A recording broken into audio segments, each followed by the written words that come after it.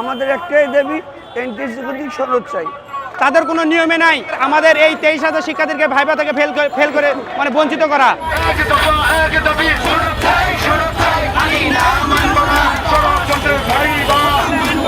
আমরা প্রিলি পরীক্ষা দিয়েছি 100 নম্বরে, তখন তাদের নীতিমালায় ছিল যে 40% নাম্বার ক্যারি করা লাগবে।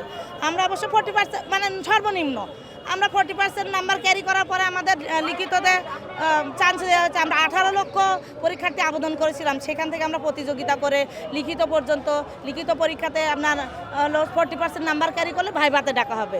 এখন এই সনদ প্রদান করা হয়েছে 60,000 পরীক্ষার্থীর, সর্বনিম্ন যেহেতু 40 আছে, আমাদের 40% নাম্বার ক্যারি করার পরে ভাইভাতে ডাকা হয়েছিল, তাহলে তো আমরা সনদের যোগ্যতা রেখেছি। তাহলে আর ভাইবার কোনো নাম্বার তো সনদে যুক্ত নাই। এনটিআরসি চেয়ারম্যান তিনি নিজেই আর তার কিছু সহকারী আছে, আওয়ামী লীগের দোসর তারা আছে, তাদের দিনা পারভিন আছে, আর একজন আছে। তারা যেহেতু উপদেষ্টার অজুহাত দেখাচ্ছেন যে আমরা যেহেতু রেজাল্ট পাবলিশ করেছি আমরা আর এটা নড়চড় করতে পারবো না, যদি মন্ত্রণালয় থেকে আমাদের আদেশ দেয় তাহলে আমরা পুনরায় রেজাল্ট পুনর্বিবেচনা করব।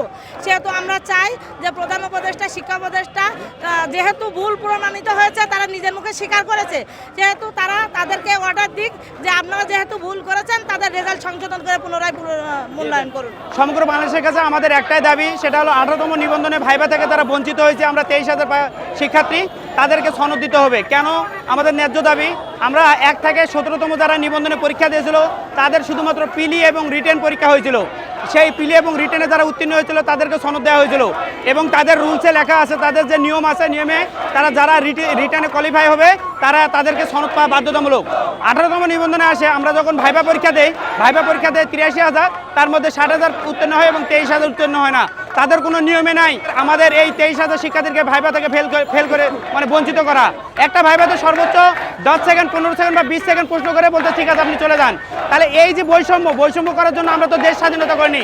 আমাদের একটাই দাবি, আমরা এই যে 18তম ভাইবা দিয়েছি, 23,000 ভাইবা থেকে বঞ্চিত হয়েছি, আমরা যদি আমাদের সনদ না পাই তাহলে এই আওয়ামী লীগের দোসরকে এই বাংলাদেশে থাকতে দিব না আমরা ইনশাল্লাহ। রিটেনে যাদের সর্বোচ্চ মার্ক ছিল তাদেরকেই শুধুমাত্র এই ভাইবা থেকে বঞ্চিত করা হয়েছে। তারা জানে যে এরা যদি কোনো স্কুল এবং কলেজে যোগদান করে তাহলে তারা এই বাংলার যে শিক্ষিত জেনারেশনটা খুব ভালোভাবে উঠবে, এই জন্য তাদেরকে এই বঞ্চিত করা হয়েছে। আমরা 18তম ভাইবার নামে প্রশাসনের শিকার সনদ প্রত্যাশী প্রার্থী। আমরা আজ গেল 15 তারিখ থেকে আজকে অবধি আন্দোলনে আছি। আমাদের একটাই দাবি এনটিএসসি কর্তৃক সনদ চাই। কালার এক্সপার্ট, জর্জ স্যাপ এবং মাইল্ড অন হ্যান্ডস টেকনোলজি সমৃদ্ধ অরিক্স ক্রিস্টাল ওয়াশ আপনার লন্ড্রি এক্সপার্ট।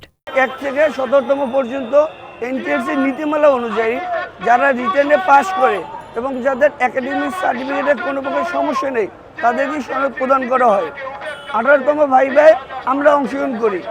আমাদের কাগজপত্র সব কিছু সঠিক থাকা সত্ত্বেও তার ভাইবার নামে একটা প্রশাসনের মাধ্যমে ষড়যন্ত্রমূলকভাবে আমাদেরকে বৈষম্য স্বীকার করে, আমাদেরকে বঞ্চিত করা হয় সনদ থেকে।